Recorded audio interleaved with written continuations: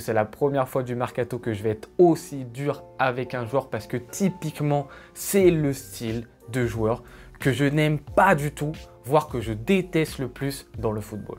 Bonjour à toutes et à tous, j'espère que vous allez bien. Alors oui, j'aurais pu parler de la toute petite victoire du Barça contre Osasuna. Malheureusement, je regardais le Paris Saint-Germain et je ne vais pas permettre de parler d'un match que je n'ai pas vu dans son entièreté, si ce n'est 30 petites minutes. En revanche, il y a une chose que je n'ai pas abordée depuis que ça s'est terminé, c'est la fin du mercato et surtout que dans cette dernière journée, le Barça a eu beaucoup d'activités, que ce soit des départs, des arrivées, des officialisations. Et ben on va en parler maintenant dans la rubrique Mercato.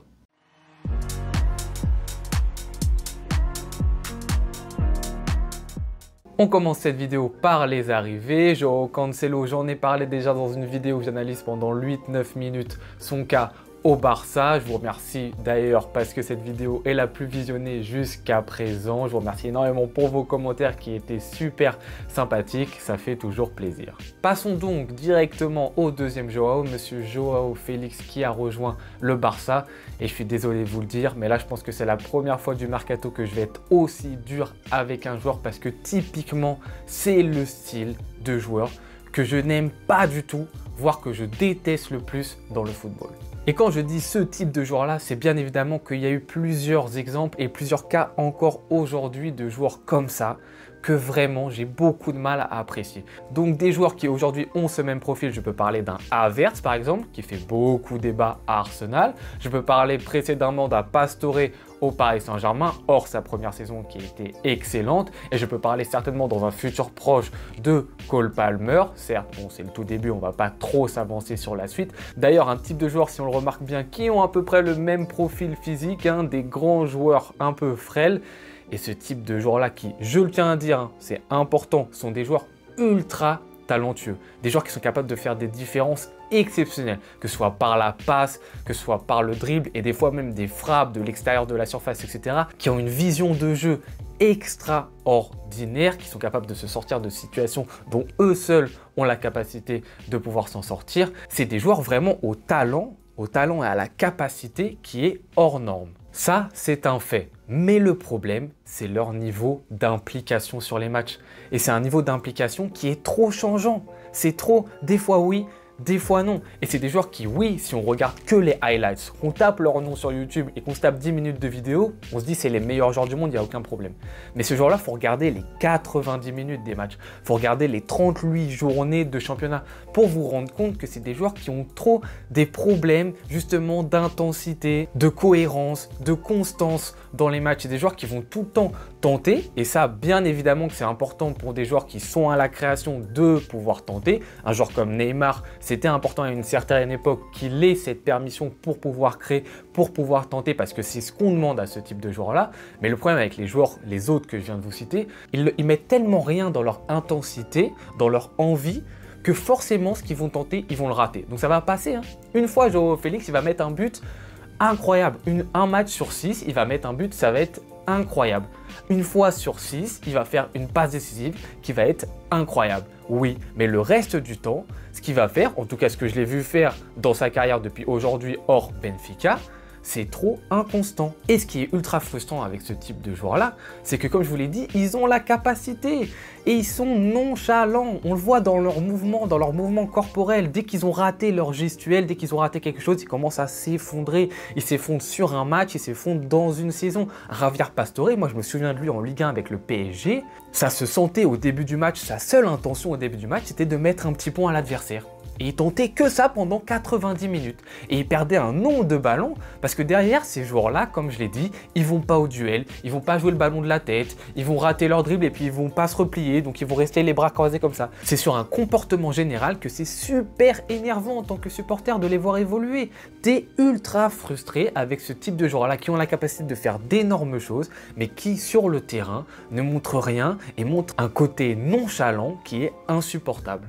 Une nonchalance qui joue sur leur rendement parce que les gestes qu'ils vont tenter, les passes et les dribbles, comme ils vont pas mettre 100% d'intensité, bah oui, il y a plus de chances qu'ils les ratent. Alors Joao Félix, on a des petits points positifs. J'essaye de voir les petits points positifs qui peuvent arriver. C'est-à-dire déjà qu'il arrive dans un club, il l'a montré lors de sa présentation, à part si c'est un très très grand acteur, on sent qu'il aime ce club. Il a fait des déclarations, il y a les larmes qui ont coulé, voilà, on sent qu'il va avoir un grand plaisir d'évoluer dans un club qui va peut-être un peu plus pouvoir jouer au football que l'Atlético de Madrid. Et encore, on se demande à certains moments si c'est le cas.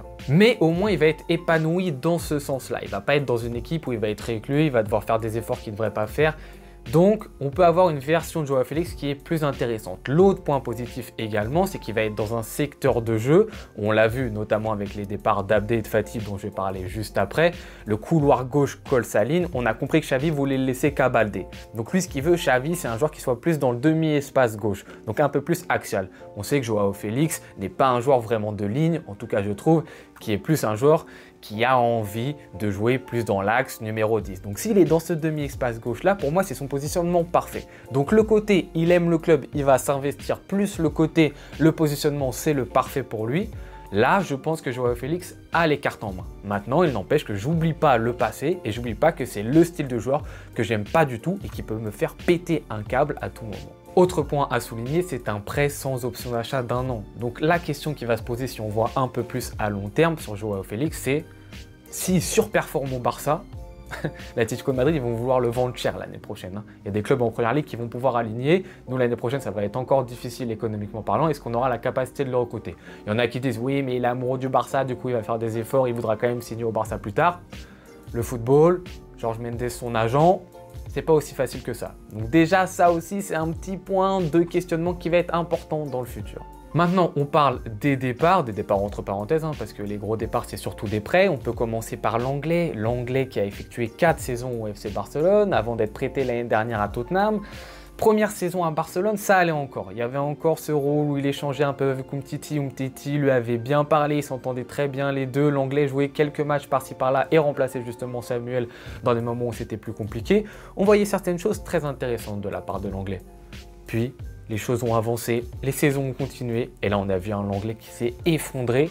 Et moi, j'en pouvais plus de ce joueur-là. J'en pouvais plus de ce joueur-là, de sa défense catastrophique, des pénaltys qui donnaient des situations qui donnaient facilement à l'adversaire, d'une relance qui était beaucoup plus mauvaise qu'au départ, où c'était plutôt quelque chose d'intéressant. Il était en capacité de casser des lignes. Il a totalement arrêté de le faire. C'est un joueur qui a totalement perdu confiance. Donc, dans des situations de jeu où c'était important d'en avoir, il n'était pas là. De plus, c'est un joueur, on le sait, qui a une difficile capacité de jouer avec une ligne haute, parce qu'il a une vitesse de pointe qui est très très faible. Donc il ne peut pas rattraper ses erreurs, un peu à la manière de Piqué en fin de carrière où c'était très très compliqué.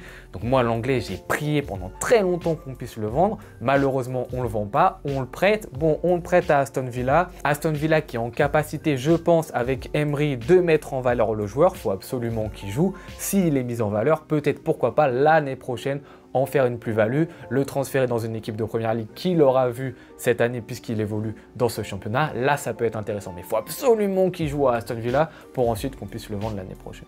Le cas Eric Garcia, ça rejoint un peu le cas de l'Anglais. Lui, Eric Garcia, il sera resté au Barça que 2 saisons. Pep Guardiola nous a bien feinté, parce que quand il est arrivé de City, Guardiola nous a dit « mais vous allez voir, c'est un joueur ultra intelligent dans le positionnement qui comble justement un peu son déficit physique de par son intelligence de jeu ». Tu nous as bien eu la Guardiola, tu nous as bien eu, parce que l'intelligence de jeu, on l'a pas trop vu. Même si c'est important de l'avoir au niveau du football, on a vite compris que si tu étais juste intelligent mais que tu n'avais aucune autre capacité que ça sur le terrain, ça allait être compliqué. Et avec Eric Garcia, on en a fait les frais. Lui, c'est carrément, je pense, il y a 0 saison, 0 moment où il a été bon au Barça, toujours très compliqué. Il fait 1m82, moi j'ai l'impression que sur le terrain, il fait 1m70, il se fait bouffer dans tous les duels qu'il a. Il n'est pas, je trouve, très important dans la manière dont il va se placer. Je trouve que même des fois, il se place très mal sur des questions de hors-jeu. Donc, j'aurais aimé qu'on le vende directement. On le prête à Girona. Girona qui est une équipe qui joue au football, dont on est très proche aussi, le Barça, dans la philosophie. Il peut pourquoi pas bien évoluer. Il est prêté en même temps que Pablo Torre dans ce club-là. Est-ce que ça va le relancer? Est-ce que même s'il se relance, j'ai envie de le revoir avec le maillot du Barça? Je ne suis pas vraiment sûr. Maintenant, on passe à une vente qui est celle de Abdé. Alors Abdé, c'est un cas compliqué. Oui, c'est un joueur à un potentiel qui est très fort, qui a fait une très bonne saison avec Osasuna l'année dernière, qui a fait plutôt une bonne Coupe du Monde lors des moments où il est rentré, etc. Mais c'est un joueur qui malheureusement fait les frais des problèmes économiques actuels du Barça. On est dans un moment où oui, certes, on est là, on commence à reprendre le sourire, on fait des bons mercato, etc. On arrive à avoir des joueurs, mais vous voyez bien que ça reste quand même très compliqué. On fait beaucoup de prêts, on a du mal à faire des gros achats, on va sur des joueurs qui sont souvent en fin de contrat. Le FC Barcelone va y avoir encore quelques années où ça va être difficile sur le mercato des transferts, où bien évidemment le travail de Bartomeu catastrophique qu'il a fait précédemment, bah ça va encore se faire ressentir. Oui, on n'est pas encore sorti de l'auberge à ce niveau-là, et des joueurs comme Abdé, comme Nico Gonzalez, comme Kessié qui pourtant ont un potentiel avec ce Barça, bah font les frais de cela. Et oui, quand tu vends 7,5 millions, 8 millions Abdé au Betis Séville, bah oui, t'en es un peu obligé au FC Barcelone pour ensuite avoir le prêt de Félix plus facilement, le prêt de Cancelo plus facilement, pouvoir payer les transferts de tout le monde et officialiser tous les contrats vis-à-vis de la Liga. Oui, c'est pas facile. Oui, on va peut-être s'en mordre les doigts, puisque Abdé va peut-être faire de très belles choses avec le Betis Séville, qui est une équipe qui joue très bien au football, qui en plus en ce début de saison avec un grand Isco montre de très belles choses. Peut-être, mais d'une certaine manière, on est un peu obligé, surtout c'est un secteur de jeu où Xavi apparemment n'a pas besoin de joueurs. Et on finit avec le prêt de monsieur Ansu Fati, mesdames et messieurs. Alors c'est un prêt, voilà, ça fait un peu mal au cœur au début. Moi, ce qui me fait mal au cœur, c'est que Xavi n'ait pas pu intégrer Fati alors qu'on sentait que physiquement ça allait mieux. Fin de saison dernière, toute petite chose qui allait bien, pré-saison des bonnes choses, on voit des beaux buts, on voit qu'il commence à être en forme. Et voilà, c'est dommage de ne pas avoir un Xavi qui lui fait plus confiance. On l'a senti sur son dernier match, Fati, que voilà, même dans le dynamisme, dans le comportement, il avait la tête ailleurs, il savait qu'il allait partir, que ça allait pas trop continuer du côté du Barça, surtout cette saison.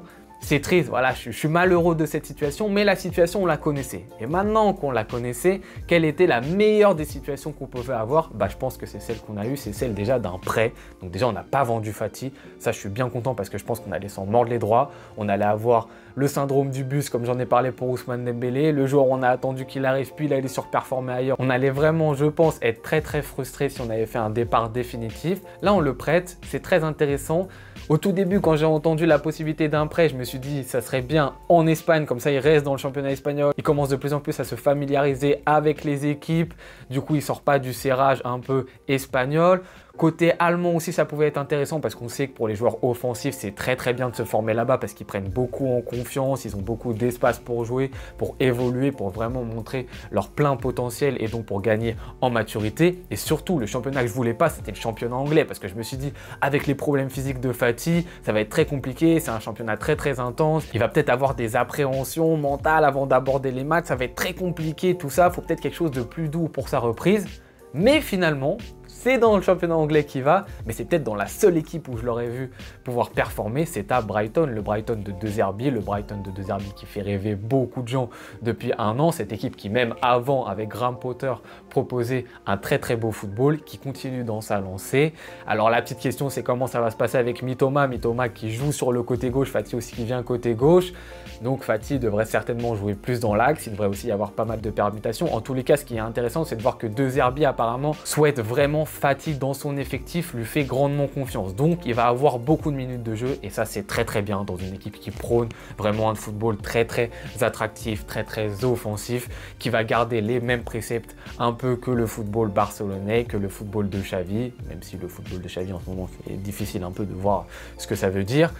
Mais il va pas sortir de ça, il va pas être dans une équipe bloc bas où il va jouer qu'en contre. Là, il se définit dans une équipe où il va pouvoir jouer, il va pouvoir vraiment faire de très belles choses. C'est vraiment un prêt qui m'intéresse beaucoup parce qu'on peut voir vraiment de très belles choses. Donc là-dessus, je suis content. C'est vraiment finalement, je pense, la meilleure des solutions qu'on ait eu pour Fati. Tous ces cas-là viennent donc clore un mercato du Barça qui a finalement été très agité, hein, avec globalement, je trouve, de très bons mouvements. Bon, ce qui est difficile, encore une fois, je le répète, c'est qu'on n'a pas forcément la masse financière pour pouvoir faire de grosses recrues. Hein. On n'est pas sur le Barça d'avant qui peut se permettre d'acheter les meilleurs joueurs directement. Donc oui, on est plus sur des choses intelligentes. On va essayer de choper par-ci par-là les bons coups. Finalement, c'est pas trop mal. On s'est débarrassé un peu des cas qui sont compliqués, même si pour certains c'est des prêts. J'aimerais que ça soit des transferts définitifs. On a été obligé de se séparer d'autres. Ça fait un peu plus mal au cœur, mais on est un peu obligé financièrement parlant, à part Joao Félix, où là vraiment j'ai un énorme point d'interrogation. Le reste des recrues, ça me convient plutôt bien. Maintenant, reste à Xavi pour voir, pour enfin qu'on puisse bien jouer au football. Là, c'est à Xavi de voir les choses. En tout cas, merci Laporta pour ce qu'il a fait. Merci à Alemany pour une grande partie du boulot qu'il a fait, même si Deco a pris la main pour la suite. Vous, n'hésitez pas à me dire ce que vous avez pensé de tous ces derniers cas qui se sont passés durant la dernière journée du mercato, si vous voyez ça plutôt comme un plus, comme un moins, si vous pensez sur Joao Félix, parce que vous risquez certainement de ne pas être d'accord avec moi. Je vous remercie énormément d'avoir regardé cette vidéo, je vous souhaite très bonne journée ou bonne soirée en fonction de quand est-ce que vous la regardez. Ciao.